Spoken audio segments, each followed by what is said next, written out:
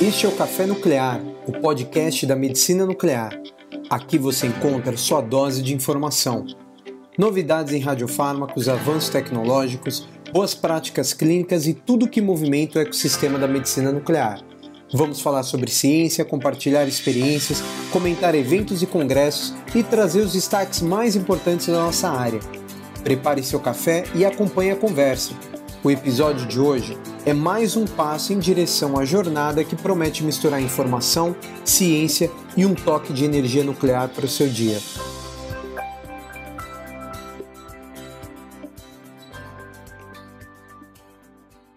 Olá e bem-vindos a mais uma conversa a fundo. Hoje vamos mergulhar em algo que nos rodeia, que está na medicina, na indústria, mas que é completamente invisível: a radiação ionizante. A grande questão é: como se mede algo que não tem cheiro, não tem cor, nem som? Como a gente coloca um número no invisível? Parece um universo de jargões técnicos. Mas, bom, nossa missão hoje é traduzir tudo isso. E para essa tradução, temos em mãos dois documentos de peso. O primeiro é um guia do Laboratório Nacional de Metrologia das Radiações Ionizantes, o LNMRI. Basicamente, a autoridade máxima do Brasil quando o assunto é medir radiação. O segundo é a norma NN 3.01 da Comissão Nacional de Energia Nuclear, a CNN, que é o livro de regras que transforma toda essa ciência em práticas de segurança para proteger a todos nós. É uma ótima forma de colocar. E entender essas grandezas, como a gente chama, é fundamental. Não é só física teórica, é saúde pública. É a linguagem que os cientistas e reguladores usam para quantificar riscos e garantir que, um tratamento de câncer seja eficaz ou que um técnico de raio-x trabalhe em segurança. O objetivo hoje é entender não só o que são esses conceitos, mas por que eles foram criados e como eles se conectam. É uma história de refinamento contínuo. Ok, vamos desempacotar essa história então. O guia do LNMRI começa com a grandeza mais fundamental de todas: a atividade. Parece simples, mas o que isso significa na prática? Pense numa pipoqueira. A atividade é simplesmente contar quantas pipocas estouram por segundo. No mundo nuclear, em vez de milho, a gente tem átomos instáveis. A atividade, representada pela letra A, mede o número de transformações, ou estouros, que esses núcleos atômicos sofrem num certo intervalo de tempo. A definição formal, que os físicos adoram, é o quociente dN por dt, mas a ideia é essa: a taxa de pops da fonte. Entendi a imagem da pipoqueira. A unidade disso é o becquerel, o BQ, certo? Isso. Um estouro por segundo. Então, uma fonte com muitos becquerels é uma pipoqueira muito mais frenética do que uma com poucos. Perfeito. A atividade é o motor, a fonte de tudo. Mas o que realmente importa não é o barulho do motor, e sim o efeito que ele tem na estrada. É para isso que servem as outras grandezas, né? Para medir o impacto. Exato. O fato de a fonte ser ativa é o começo. O passo seguinte é medir o que essa atividade, essa chuva de partículas ou ondas, de fato causa quando atinge alguma coisa, como o nosso corpo. E aí entra a primeira grandeza de impacto: a dose absorvida. A dose absorvida, ou D, mede exatamente isso: a energia que foi depositada, que foi absorvida pela matéria. Imagine a chuva caindo sobre uma esponja. A dose absorvida seria o equivalente a medir quanta água em litros ficou retida em cada quilo da esponja. A unidade para isso é o Gray, símbolo GY, que é uma medida de energia por massa, joule por quilograma. Certo, Gray é a energia pura depositada, mas aí me vem uma dúvida. Na minha cabeça, ser atingido por um raio-x, que é uma onda de luz, parece muito diferente de ser atingido por uma partícula alfa, que é um tijolinho de matéria, um núcleo de hélio. Mesmo que a energia total depositada, o valor em Gray, seja a mesma, o estrago no tecido não deveria ser diferente? É tipo levar um tapa versus ser picado por uma agulha com a mesma força total. Estrago é diferente. E esse foi o grande problema que os cientistas precisaram resolver. Um Gray de partículas alfa é biologicamente muito mais danoso do que um Gray de raios-x. A partícula alfa é lenta e pesada, então ela deposita toda a sua energia num espaço muito pequeno, sabe? Causa um dano celular muito concentrado. O raio-x passa mais espalhado. Para resolver isso, foi criada a próxima grandeza na nossa história, a dose equivalente, representada por HA com o índice T, de tecido.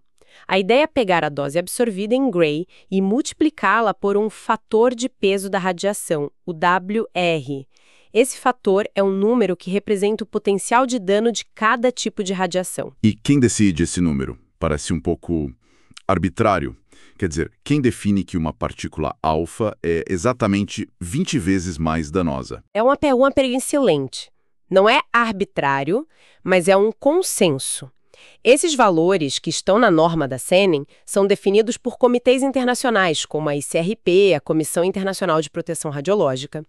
Eles são baseados em décadas de estudos em radiobiologia, com culturas de células, animais e, infelizmente, dados de sobreviventes de acidentes e bombas atômicas.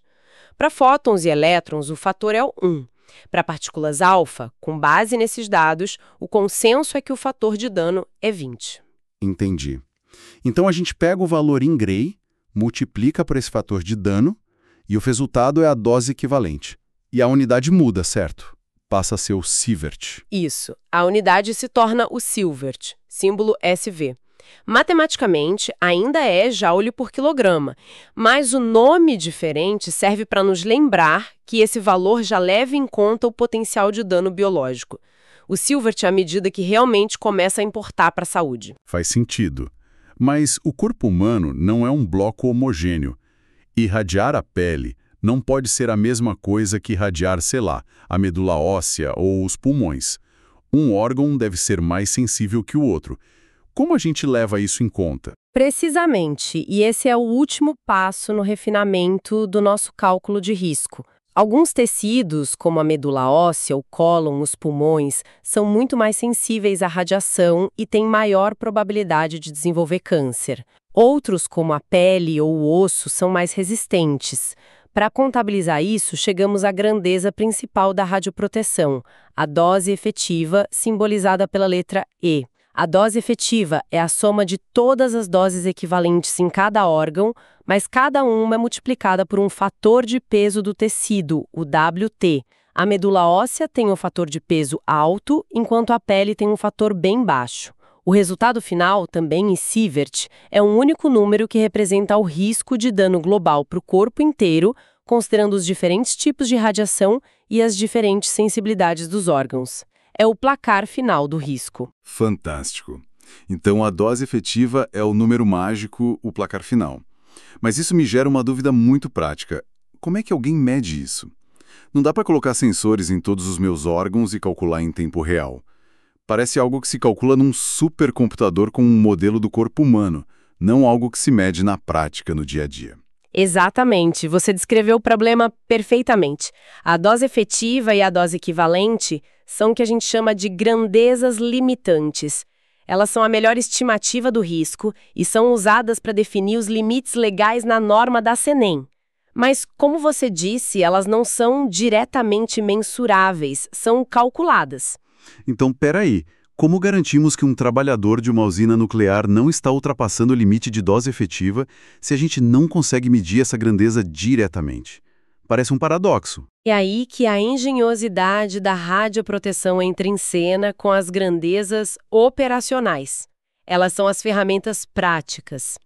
São grandezas definidas para serem medidas por instrumentos reais, como os dosímetros que os trabalhadores usam no peito. É como ter a temperatura corporal real versus o que um termômetro de testa consegue estimar de forma rápida e segura. E essas grandezas operacionais são projetadas para serem uma estimativa pessimista, eu imagino? Exatamente. Elas são projetadas para sempre superestimar a grandeza limitante. Ou seja, se a medida do seu dosímetro, a sua grandeza operacional, está abaixo do limite, você tem certeza absoluta de que a sua dose efetiva, o risco real, também está. As duas principais são o equivalente de dose ambiente, H10, para monitores de área, e o equivalente de dose pessoal, HP10, que é o que o dosímetro individual mede. O 10 se refere a uma profundidade de 10 milímetros no corpo, que é uma aproximação padrão para órgãos mais profundos. E aqui tem um detalhe que me chamou a atenção nas fontes. Para essas grandezas operacionais, os documentos mencionam o uso do fator de qualidade Q em vez do fator de peso da radiação WR. Por que a troca de letras? É só para confundir. Quase. A diferença existe por razões históricas e práticas. O W que a gente usa para a dose efetiva é um valor médio, discreto, estabelecido por consenso para cada tipo de radiação, como 20 para partículas alfa. O Q, ou fator de qualidade, é uma função mais antiga e contínua, baseada diretamente na física da interação da radiação, especificamente na transferência linear de energia, ou LET, que mede quão densamente a energia é depositada. Na prática, é mais fácil programar a função Q em um instrumento de medição. No fim das contas, eles buscam o mesmo resultado, uma medida que reflita o dano biológico. São apenas duas abordagens diferentes para o mesmo problema. Certo, agora o quebra-cabeça se encaixou. Cada grandeza foi criada para resolver um problema da anterior. O Gray mede energia, mas não o tipo de dano. Solução: criamos o Sievert para o dose equivalente com o WR.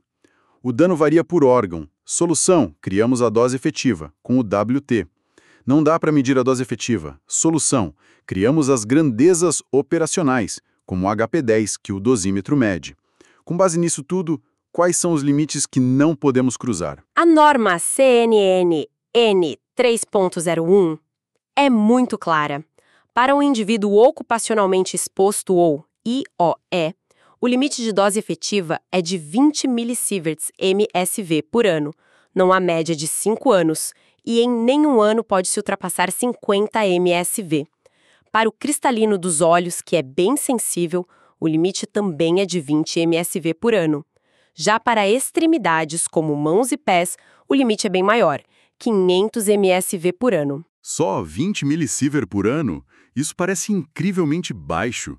Eu provavelmente recebo mais que 2 ou 3 milisievert por ano só da radiação de fundo natural, do solo, do cosmos. Um voo internacional longo já te dá uma dose considerável. Como eles separam a radiação permitida da que já está em todo lugar? Ótima pergunta. Esses limites se referem exclusivamente às doses recebidas por conta da prática de trabalho. A dose de fundo natural e as doses que recebemos em procedimentos médicos são contabilizadas à parte. E para o público geral, pessoas que não trabalham com isso, mas vivem perto de uma instalação, por exemplo, o limite é ainda mais rigoroso, apenas 1 milisievert por ano acima da radiação de fundo. Esses números são o resultado prático de toda essa ciência, buscando um equilíbrio entre os benefícios da tecnologia e um nível de risco considerado aceitável pela sociedade. Ok, vamos levar isso para o hospital. Quando eu faço uma tomografia, por exemplo, o relatório do equipamento não vai me dizer você recebeu X millisieverts de dose efetiva. Vai. O que ele diz na prática? Não vai. E essa é uma área fascinante e complexa que o guia do LNMRI aborda bem. Em radioterapia, o objetivo é maximizar a dose no tumor, então se usam grandezas como dose absorvida na água para calibrar os feixes com extrema precisão. Mas no radiodiagnóstico, o objetivo é o oposto, ter uma boa imagem com um mínimo de radiação. O que o equipamento de tomografia ou raio-x mede informa são grandezas relacionadas à saída do aparelho. Por exemplo, ele pode informar o produto Kerma-área, ou pKa. Isso é basicamente uma medida da quantidade total de radiação que saiu do tubo de raio-x durante o exame. A partir desse número, usando softwares complexos que simulam o corpo humano em um procedimento, é que os físicos médicos conseguem estimar a dose efetiva para o paciente. É sempre um passo indireto. E é por isso que, como o LNMRI aponta, a padronização global dessas medições ainda é um grande desafio. Entendi. Então, o que o equipamento mede é a causa e a dose efetiva é o efeito estimado. E para fechar a parte prática, os documentos mencionam unidades antigas. A gente ainda tropeça em coisas como Curie, Rad e Rem por aí. Sim, principalmente em documentação mais antiga ou em filmes de Hollywood, que adoram um MERM. É importante conhecer. O padrão ouro hoje é o Sistema Internacional, o SI, mas a conversão é simples. Para a atividade, a unidade antiga era o Curie, CI. Um único Curie equivale a 37 bilhões de becquerels. Era uma unidade gigantesca baseada em 1 grama de rádio-226. 37 bilhões? Que diferença! E para as doses? Para a dose absorvida, a unidade antiga era o rad. A conversão é mais fácil. 100 rads equivalem a 1 gray. E para a dose equivalente e efetiva, a unidade antiga era o Rem. A conversão é a mesma. 100 Rems equivalem a 1 sievert. É engraçado, eu mesma no começo da carreira usei detectores que ainda marcavam em milirem por hora. Tinha que ficar fazendo a conversão de cabeça o tempo todo. Hoje, felizmente, o sievert padronizou tudo. E como curiosidade, o guia do LNMRI até cita a unidade MASH, usada no passado para medir radioatividade em águas minerais tidas como terapêuticas. Que viagem! Então, recapitulando a nossa história. Começamos com a pipoca de uma fonte, atividade em becquerel. Depois medimos a energia que essa radiação deposita, a dose absorvida em Bray. Aí, para entender o estrago biológico, ponderamos pelo tipo de radiação e chegamos à dose equivalente em sievert. Em seguida, consideramos a sensibilidade de cada órgão e chegamos à dose efetiva, também em sievert, que é o nosso placar de risco. E como não dá para medir isso direto, criamos as grandezas operacionais, que são o que os dosímetros medem no mundo real para garantir que fiquemos dentro dos limites estabelecidos pela CN. Assim, de ser perfeita, a mensagem principal é que essas grandezas são os tijolos que constroem a cultura de segurança em radioproteção. Elas nos permitem sair de um fenômeno físico invisível e chegar a uma gestão de risco concreta, mensurável e eficaz.